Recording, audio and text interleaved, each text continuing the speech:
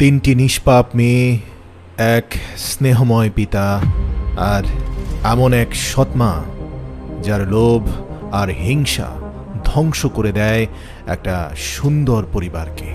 জানেন, শুরুটা ছিল একদম শান্তিপূর্ণ, ছিল ভালোবাসা, আনন্দ আর পারিবারিক বন্ধন, কিন্তু খুব দ্রুত তার রূপ নেয় এক নির্মম বাস্তবতায়। এই গল্পে আছে হাহাকার, বিশ্বাসঘাতকতা, কষ্ট আর সেই সোনালি আলো যেটা ঠিক সেই সময়ে জ্বলে ওঠে যখন সমস্ত আলো নিভে যায়। চলুন অজানাকে জানি একটি পাখির ভেতরে লুকিয়ে থাকা প্রাণ, এক ঝাঁক পাথর হয়ে যাওয়া মানুষ আর এক ছেলের দুঃসাহসিক অভিযান। আপনি তৈরি তো? কারণ আজকের গল্প আপনার হৃদয়ে কাঁপন তুলবেই। এই গল্পটি একজন মানুষ এবং তার 3 কন্যাকে ঘিরে। তার স্ত্রী কয়েক বছর আগে ইন্তেকাল করেছিলেন। তার 3টি কন্যা খুবই সুন্দরী ছিল, তবে তাদের মধ্যে সবচেয়ে ছোট মেয়েটি ছিল সবচেয়ে বেশি বুদ্ধিমান। তার নাম ছিল জয়নব। লোকটির নাম করমদিন। এই করমদিন তার 3 কন্যাকে খুবই ভালোবাসতেন। তিনি কখনো তার কন্যাদের মায়ের অভাব অনুভব করতে দেননি। তিনি তাদের সকল ইচ্ছা পূরণ করার চেষ্টা করতেন। কন্যারাও ছিল বাবার প্রতি অনুগত এবং নম্র। এখন করমদিনের কন্যারা বেশ বড় হয়ে গেছে এবং তারা নিজেরাই বাবার জন্য রান্না করতে শুরু করেছে। যখন করমদিন কাজে বাইরে যেতেন, তখন তার কন্যারা তার জন্য রান্না করে বাবার সাথে খাবার দিয়ে দিত।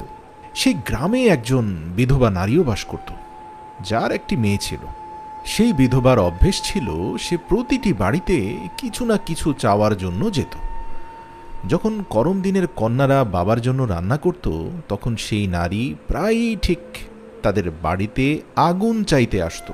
কিন্তু করমদিনের সবচেয়ে ছোট মেয়ে জয়নাব, সে ওই বিধবা নারীকে একদমই পছন্দ করত না। যখনই সেই নারী তাদের বাড়িতে আসত, জয়নাব তার বড় বোনদের বলতো, এই নারী আমাদের এখানে কেন আসে? সে একদমই ভালো না। বড় 2 বোন জয়নবকে বোঝাতো, দেখো, সে একজন বিধবা এবং গরিব। যদি আমাদের বাড়ি থেকে আগুন নিয়ে যায় এবং এতে তার উপকার হয়, তাতে তোমার কি ক্ষতি?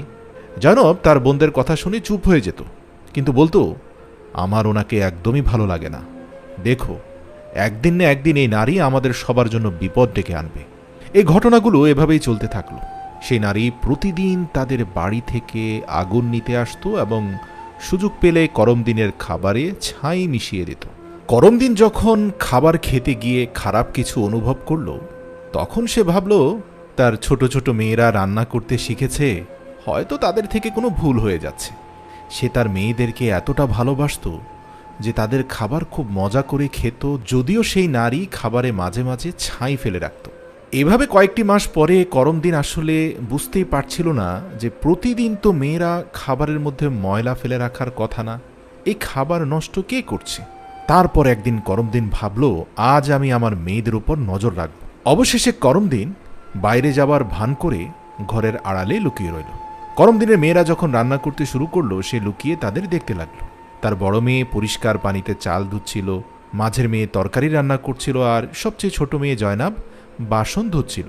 যেসব পাত্রে খাবার পরিবেশন করা হতো, সেই বাসনগুলো এত সুন্দর করে জয়নাব পরিষ্কার করছিল, যা দেখে করমদিন একদম মুগ্ধ হয়ে গেল। তো কিছুক্ষণের মধ্যেই বড় মেয়ে রান্না শেষ করলো। খাবারে কোনো ত্রুটি ছিল না।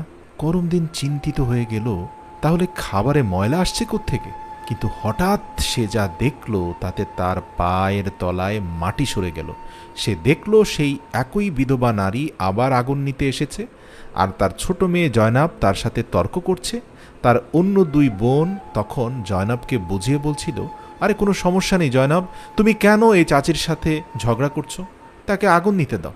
সুযোগ পেয়ে সে বিধবা নারী আগুন নেওয়ার নাম করে ফাঁক বুঝে করমদিনের খাবারে ছাই মিশিয়ে দিল আর পুরো খাবারটাই নষ্ট করে দিল।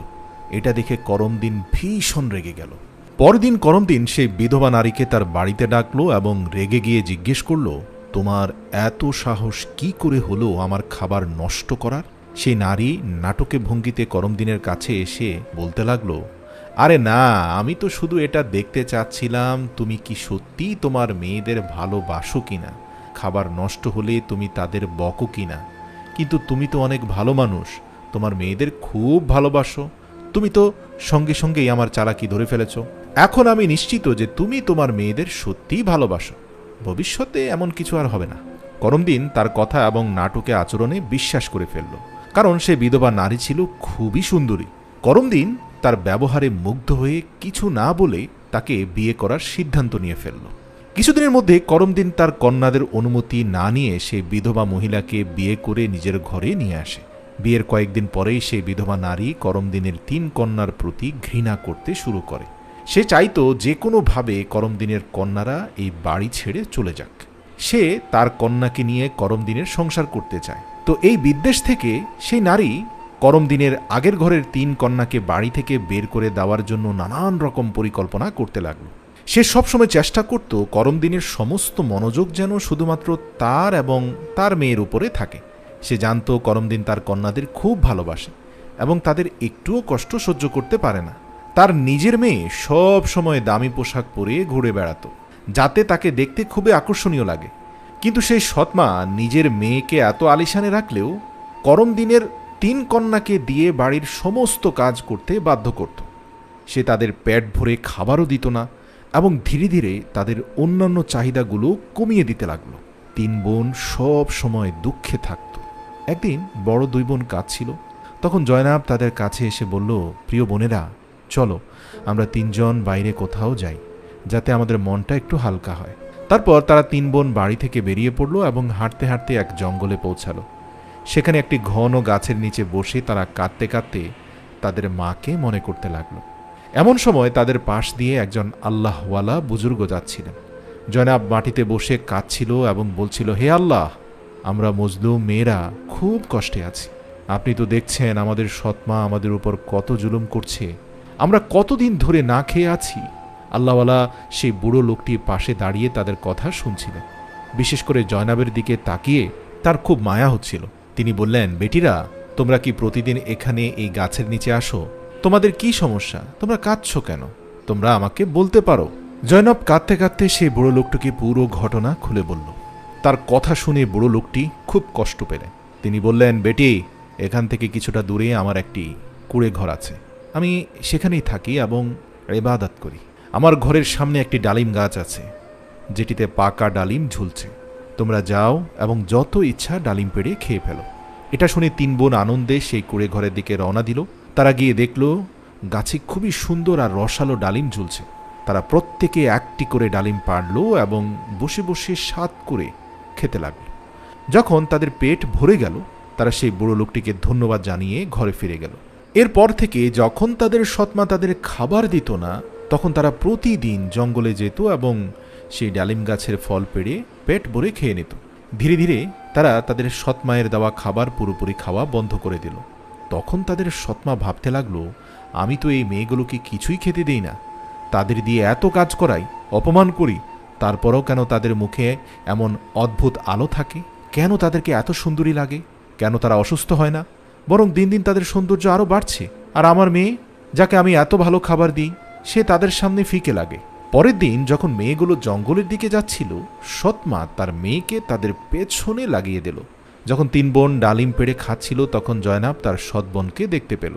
সে তার বোনদের বলল, এই মেয়েটা আমাদের অনুসরণ করছে, আমি একে এখান থেকে তাড়িয়ে দিই। তারপর জয়নাব তার হাতে ধরা ডালিমটি লুকিয়ে ফেলল এবং বলল, যদি সে এই সব কিছু আমাদের সৎমাকে বলে দেয়, তাহলে এটা আমাদের জন্য বিপদের কারণ হতে পারে। কিন্তু জয়নবের অন্য বোনেরা বলল, জয়নাব, তুমি কি বলছো? সে তো অসহায়, নির্দোষ মেয়ে। আমাদের সৎমা আমাদের কষ্ট দেয়, কিন্তু এই মেয়েটি তো আমাদের কিছুই বলে না। তারপর 3 বোন মিলে তাদের সৎ বোনকে পাশে বসতে দিল এবং তাকে একটি ডালিম দিয়ে দিল। কিন্তু সেই সৎ বোন ডালিম খায়নি, বরং সে তাড়াতাড়ি ফিরে গিয়ে তার মাকে বলল, মা, ওই মেয়েরা না খেয়ে থাকে না, তারা তো জঙ্গলে একটি গাছ থেকে ডালিম পেড়ে খায়। সেই গাছের কাছেই এক বুড়ো আল্লাহওয়ালা ব্যক্তি ইবাদত করছিলেন। তিনিও তাদের থামানোর চেষ্টা করেননি। এটা শুনে সৎ মায়ের প্রচণ্ড রাগ হলো। সে ভাবতে লাগলো, আমি কিভাবে এই মেয়েগুলোকে ডালিম খাওয়া থেকে বিরত রাখব। সে পুরো দিনটায় রাগে ফুঁসতে থাকলো। সন্ধ্যায় যখন করমদিন কাজ থেকে বাড়ি ফিরল, তখন সে তার স্ত্রীকে অস্থির ও চিন্তিত দেখল। সে জিজ্ঞেস করল, তোমার কি হয়েছে? এত বিষণ্ণ হয়ে বসে আছো কেন? তখন সে বলল, আমার মাথায় খুব জোরে ব্যথা হচ্ছে, আর এটা কোনো ওষুধে সারবে না। করমদিন জিজ্ঞেস করলো, তাহলে কিভাবে এটা ঠিক হবে? সে সঙ্গে সঙ্গে বলল, জঙ্গলে একটা ডালিম গাছ আছে, আমার মেয়ে সেই গাছটা চেনে, যার উপর লাল লাল পাকা ডালিম ঝুলছে। যদি তুমি সেই গাছটা মূলসহ কেটে ফেলো এবং তার মূল ফুটিয়ে ঔষধ তৈরি করে আমার কপালে লাগাও, তাহলে হয়তো আমার মাথা ব্যথা সেরে যাবে। করমদিন বলল, ব্যাস এটুকুই। এরপর সে কিছু লোককে ডেকে টাকা দিয়ে বলল, জঙ্গলে আমার ছোট মেয়েটাকে নিয়ে যাও, সে একটা ডালিম গাছ চিনিয়ে দেবে, সেটার মূল উৎপাটন করে ফেলো এবং মূলগুলো আমাকে এনে দাও। কয়েক ঘন্টার মধ্যে সেই লোকগুলো গাছটির শেকড় সহ তুলে নিয়ে তার মূলগুলো করমদিনের কাছে নিয়ে এলো। করমদিন দ্রুত আগুন জ্বালিয়ে সেই মূল ফুটিয়ে ওষুধ তৈরি করলো এবং তা তার স্ত্রীর কপালে মালিশ করতে লাগলো। কিছুক্ষণ পর তার স্ত্রী বলল, এখন আমার খুব আরাম লাগছে। পরদিন যখন 3 বোন জঙ্গলে গেল ক্ষুধার্ত অবস্থায়, তারা দেখল সেই ডালিম গাছটিকে কেউ মূলোৎপাটন করে ফেলে রেখেছে। এটা দেখে তারা খুবই চিন্তিত হয়ে পড়ল এবং ভাবতে লাগলো, এখন আমরা কি খাবো? তখন তারা সেখানেই বসে কান্না শুরু করল। তাদের কান্নার আওয়াজ শুনে সেই আল্লাহওয়ালা বুড়ো ব্যক্তি তার কুঁড়ে ঘর থেকে বেরিয়ে এলেন। তিনি বুঝতে পারলেন মেয়েগুলো কেন কাঁদছে। তিনি বললেন, এতে কাঁদার কি আছে, আল্লাহ তোমাদের এর চেয়ে ভালো কিছু দেবেন। তারপর সেই বুড়ো ব্যক্তি নিজের আঙ্গুল দিয়ে একটা গোপন কূপের দিকে ইশারা করলেন, আর সেখানে একটি ছোট প্রবাহিত ফোয়ারা দেখা গেল, যার মধ্যে পানির বদলে দুধ প্রবাহিত হচ্ছিল। তিনি মেয়েদের একটি মাটির পেয়ালা দিলেন এবং বললেন, যত খুশি দুধ নাও আর খাও। মেয়েরা খুব খুশি হলো এবং মাটির পেয়ালায় দুধ নিয়ে খেতে লাগলো। যখন তাদের পেট ভরে গেল, তারা বুড়ো লোকটিকে ধন্যবাদ জানিয়ে বাড়ি ফিরে গেল। এরপর থেকে তাদের প্রতিদিনের অভ্যেস হয়ে গেল, তারা সেই দুধের ফোয়ারার কাছে যেত এবং মাটির পেয়ালায় দুধ ভরে খেয়ে নিত। তাদের সৎমা তাদের স্বাস্থ্য দেখে বিস্মিত হয়ে গেল। সে তার মেয়েকে ডেকে বলল, আমি তো জঙ্গল থেকে ডালিম গাছের চিহ্ন পর্যন্ত মুছে ফেলেছি, তারপরেও এই মেয়েগুলোর শরীরে কোনো প্রভাব পড়েনি কেন? আমি তো তাদের পেট ভরে খেতেও দিই না, তবু এরা কি খাচ্ছে যার ফলে এত ভালোভাবে সুস্থ ও সুন্দর আছে? সে তার মেয়েকে বলল, যা তাদের আবার অনুসরণ কর, আবার কি খুঁজে পেয়েছে তারা। মেয়েটি আবারও তার বোনদের অনুসরণ করে জঙ্গলে গেল। তখন 3 বোন মাটির পেয়ালায় দুধ খাচ্ছিল। তখন জয়নাব পেছনে ফিরে তাকালো। সে তার সৎ বোনকে চুপচাপ দাঁড়িয়ে থাকতে দেখে বাকি বোনদের বলল, দেখো, সে আবার এসেছে আমাদের রিজিক কেড়ে নিতে। জয়নব তার বোনদেরকে অনুরোধ করল, তোমরা তাড়াতাড়ি একে বাড়ি পাঠিয়ে দাও, কারণ আমাদের দুধের কূপ এবং ফোয়ারা দেখে ফেললে বাড়ি গিয়ে সব বলে দেবে, আর তারপর পুরো বাড়িতে হইচই শুরু হয়ে যাবে। কিন্তু জয়নবের বড় বোনেরা রেগে গিয়ে বলল, তোমার সমস্যা কি জয়নব? ঠিক আছে, আমাদের সৎমা আমাদের উপর জুলুম করে, কিন্তু এই অসহায় মেয়েটার কি দোষ? জয়নাব এই কথা শুনে চুপ হয়ে গেল। এরপর 3 বোন মিলে তাদের সৎ বোনকে দুধের ফোয়ারার পাশে বসালো এবং মাটির পেয়ালায় দুধ ভরে তাকে খেতে দিল। মেয়েটিও পেট ভরে দুধ পান করল, কারণ দুধের স্বাদ ছিল অত্যন্ত মজার, এবং সেখান থেকে পেট ভরে দুধ খেয়ে গিয়ে তার মাকে সব কিছু খুলে বলে দিল। এটা শুনে সৎমা খুব রেগে গেল। সে তার গ্রামের কিছু লোককে ডেকে বলল, তোমরা যত টাকা চাও আমি দেব, কিন্তু তোমাদের জঙ্গলে যেতে হবে। সেখানে একজন বুড়ো লোকের কুঁড়ে ঘর আর একটা দুধের পুকুর আছে, তোমরা সেই কুঁড়ে ঘর ধ্বংস করে দাও এবং পুকুরে মাটি ফেলে দাও, বদলে তোমরা প্রচুর টাকা পাবে। কিছুক্ষণের মধ্যেই সেই লোকেরা সৎ মায়ের ইচ্ছা মতো সব কিছু করে ফিরে এলো। সেই নারী এবার খুব খুশি ছিল। পরের দিন 3 বোন যখন জঙ্গলে গেল, তারা দেখল না কোনো পুকুর আছে, না বুড়ো লোকের কুঁড়ে ঘর। এটা দেখে তাদের মনে পাহাড় সমান দুঃখ নেমে এলো। তারা সেখানেই বসে কান্না করতে লাগলো এবং ক্ষুধার্ত ও তৃষ্ণার্ত অবস্থায় বাড়ি ফিরে এলো। তাদের সৎমা এটা দেখে মনে মনে অনেক শান্তি পেল।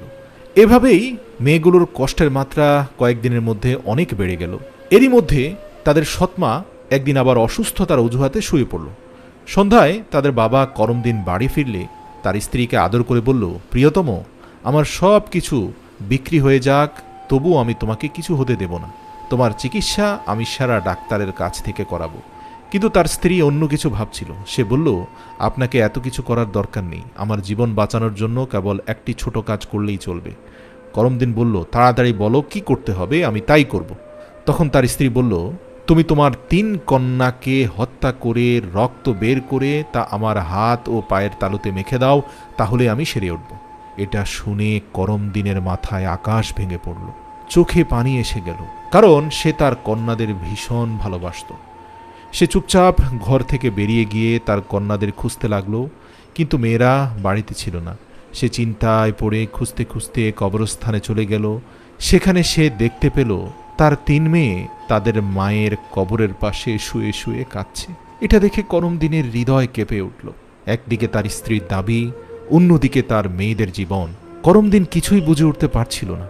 সে ভাবতে লাগলো তার স্ত্রী কখনোই তার মেয়েদের ভালোবাসবে না, আর তার মেয়েরা কখনোই তাদের সৎমায়ের সাথে সুখে থাকতে পারবে না। তাই সে সিদ্ধান্ত নিল তার মেয়েদের কোথাও দূরে নিয়ে যাবে। সে তার মেয়েদের বুকে জড়িয়ে ধরল এবং বলল, হে আমার প্রিয় মেয়েরা, তোমরা কেন কষ্ট পাও? আমি তোমাদের অন্য কোথাও নিয়ে যাচ্ছি। এরপর সে তার মেয়েদের একটি ঘন জঙ্গলে নিয়ে গেল। সেখানে সে মাটির চুলা বানিয়ে তাদের জন্য রান্না করে খাওয়ালো। মেয়েরা পেট ভরে খেয়ে ঘুমিয়ে পড়ল। করমদিন তার মেয়েদের ঘুমন্ত অবস্থায় গাছের নিচে রেখে তাদের জন্য কয়েক বস্তা গম এবং আরও অন্যান্য কিছু শুকনো খাবার দাবার রেখে সেখান থেকে পালিয়ে গেল। তার মনে তখন একটাই চিন্তা ছিল, কমপক্ষে আমার মেয়েরা এখন বেঁচে থাকতে পারবে, অন্তত তাদের সৎ মায়ের জুলুম থেকে তাদের বাঁচিয়ে রাখা সম্ভব হবে। পথে করমদিন একটি হরিণ শিকার করল এবং তার রক্ত নিয়ে তার স্ত্রীর কাছে গেল। তার স্ত্রী সেই রক্ত নিজের হাত ও পায়ের তালুতে মেখে খুশি হয়ে বলল, এখন আমি বেশ ভালো বোধ করছি। এখন তার বিশ্বাস জন্মে গেল যে করমদিন তার মেয়েদের মেরে ফেলেছে। অন্যদিকে যখন 3 বোন ঘুম থেকে জেগে উঠল, তারা দেখল যে তাদের বাবা তাদের ছেড়ে চলে গেছে। তারা বাবাকে ডাকতে শুরু করল। চিৎকার করতে করতে জঙ্গলের এই প্রান্ত থেকে ও প্রান্তে গেল, কিন্তু বাবাকে আর তারা পেল না। জঙ্গলের ভেতর বন্য জন্তুর শব্দ শুনে তারা ভয় পেয়ে গেল এবং কাঁদতে লাগলো। ঠিক সেই সময়ে কাকতালীয়ভাবে 3 জন বন্ধু সেই জঙ্গলে শিকারের জন্য এসেছিল। শিকার শেষে যখন তারা ফিরে যাচ্ছিল, তখন তাদের একজন, যার নাম নাসির ছিল, বলল, আমার মনে হচ্ছে কেউ বিপদে আছে। তোমরা কি কান্নার আওয়াজ শুনছো না? যেন আমি কারো কান্নার শব্দ শুনতে পাচ্ছি। চলো তাড়াতাড়ি দেখে আসি, হয়তো কেউ আমাদের সাহায্য চাইছে। তারপর তারা 3 বন্ধু সেই আওয়াজকে লক্ষ্য করে এগিয়ে গেল। সামনে গিয়ে দেখল 3 জন সুন্দরী মেয়ে বসে কাঁদছে। 3 বন্ধুর মধ্যে নাসির এগিয়ে গিয়ে জিজ্ঞেস করল, তোমরা এখানে একা কি করছো আর এত কাঁদছো কেন? জয়নব নাসিরকে পুরো ঘটনা খুলে বলল। ছেলেরা তাদের প্রতি খুব মায়া অনুভব করলো এবং তাদের জীবন বৃত্তান্ত শুনে তাদেরকে একা ফেলে এখান থেকে না যাওয়ার সিদ্ধান্ত নিল। তারা নিজেদের মধ্যে বলাবলি করল, কেননা আমরা এই মেয়েদের বিয়ে করে নিই। দেখতে পাচ্ছ তারা আচার আচরণে কত ভদ্র নম্র আর দেখতেও কত সুন্দরী। এতে তাদেরও একটা মাথা গোজার ঠাঁই হবে আর আমাদের জীবনেও শান্তি আসবে। এরপর 3 বন্ধু মিলে তাদের 3 বোনকে বিয়ে করে নিল। জয়নবের বিয়ে হয় নাসিরের সঙ্গে এবং সিদ্ধান্ত নিয়ে জঙ্গলেই তারা 3টা বাড়ি নির্মাণ করলো এবং সিদ্ধান্ত নিল তাদের 3 বোনকে লোকালয়ে নেবে না, কারণ বলা যায় না তাদের সেই সৎমার কাছে যদি এই 3 বোনের বেঁচে থাকার সংবাদ যায়, হয়তো সে আরও নতুন কোনো ফোন দিয়ে আনতে পারে। তো যাই হোক, নাসিরের সিদ্ধান্তে 3 বোন এবং তাদের স্ত্রীরা এই জঙ্গলে বাড়ি বানিয়ে খুব কাছাকাছি বসবাস করা শুরু করলো। 3 বোনের জীবনে এইবারের মতো সবচেয়ে বেশি খুশি নেমে এলো। 1 বছর পর জয়নবের ঘরে একটি ছেলে সন্তানের জন্ম হয়। এটা দেখে নাসিরের বন্ধুরা ও জয়নবের বোনেরা খুব খুশি হয়। ধীরে ধীরে জয়নবের ছেলে 2 বছরে হয়ে যায়। একদিন নাসির তার বন্ধুদের বলল, আজ আমার আবার জঙ্গলে শিকারে যেতে মন চাইছে, চলো শিকারে যাই।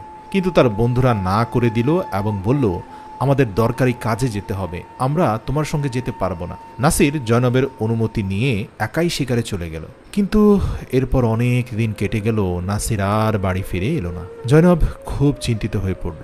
জন্মলগ্ন থেকে শৈশবে মাকে হারিয়েছে, তারপরে সৎমায়ের অত্যাচার নির্যাতনের সাথে যুদ্ধ করে বড় হওয়া জয়নব গত 2 বছরে নাসিরের কাছ থেকে পাওয়া সব সুখের স্মৃতিকে আঁকড়ে ধরে চোখের পানি ফেলতে লাগলো। নাসিরের না আসাটা তার চিন্তা আর কষ্ট বাড়িয়ে দিল। তার বোনেরাও তার চিন্তা দেখে চিন্তিত হয়ে পড়ল। জয়নবের ভগ্নিপতি নাসিরের বন্ধু তাকে সান্ত্বনা দিয়ে বলল, তুমি চিন্তা করো না, আমরা নাসিরকে খুঁজে আনব।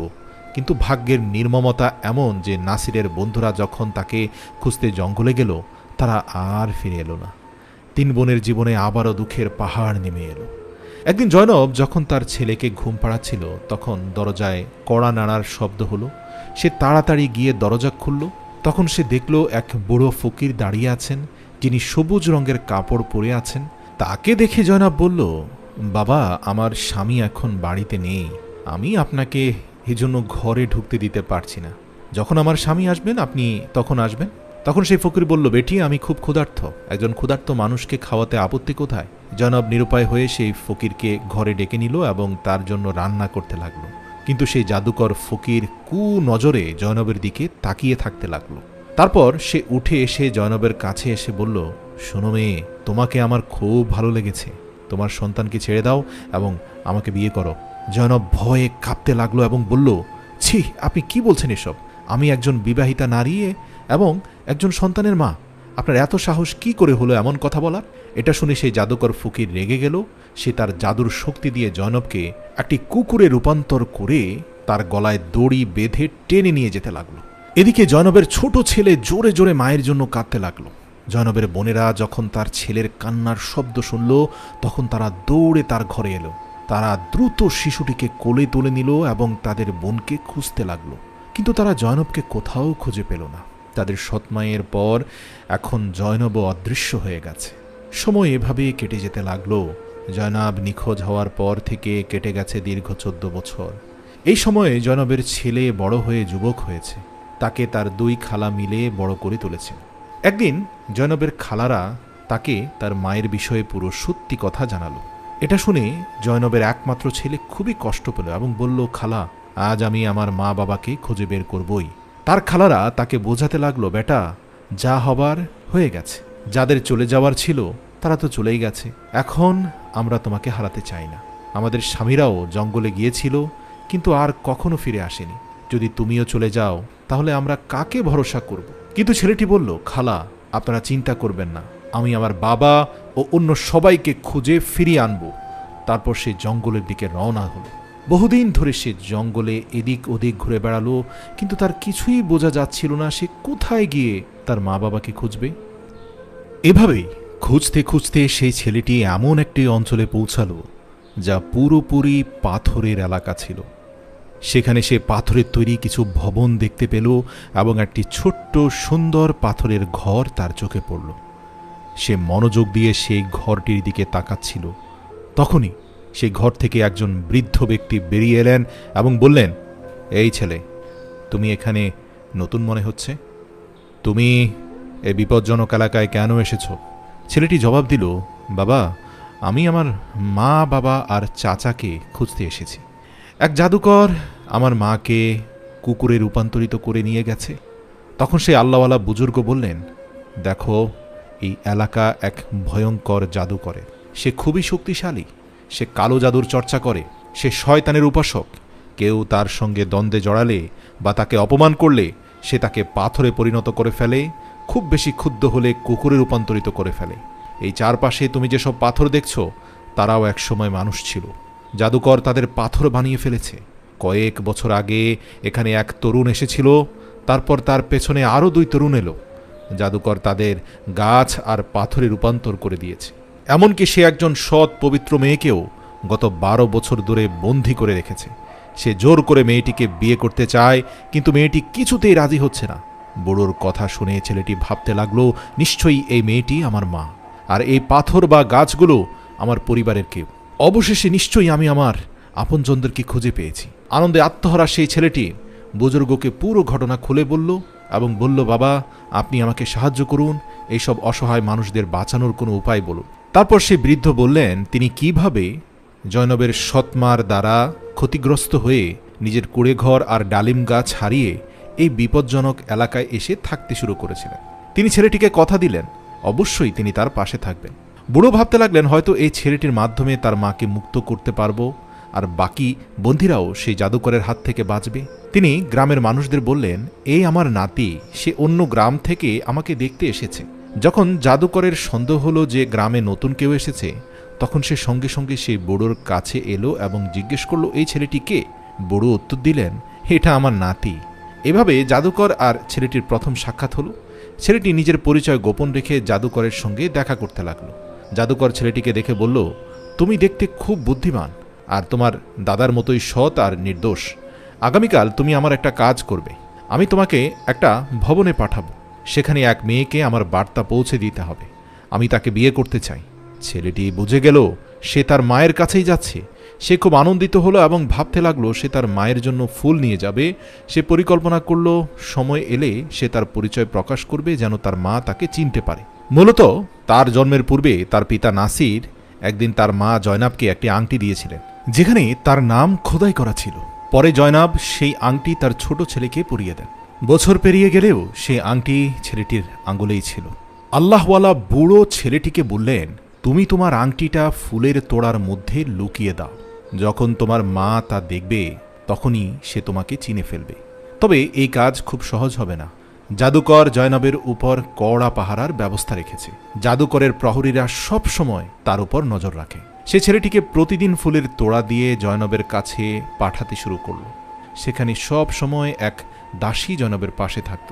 একদিন কপাল ভালো ছিল, ঘরে তখন কেবল জয়নব একা ছিল। ছেলেটি তাড়াতাড়ি নিজের আঙ্গুল থেকে আংটি খুলে ফুলের তোড়ার মধ্যে লুকিয়ে জয়নবের পায়ের কাছে রেখে দিল।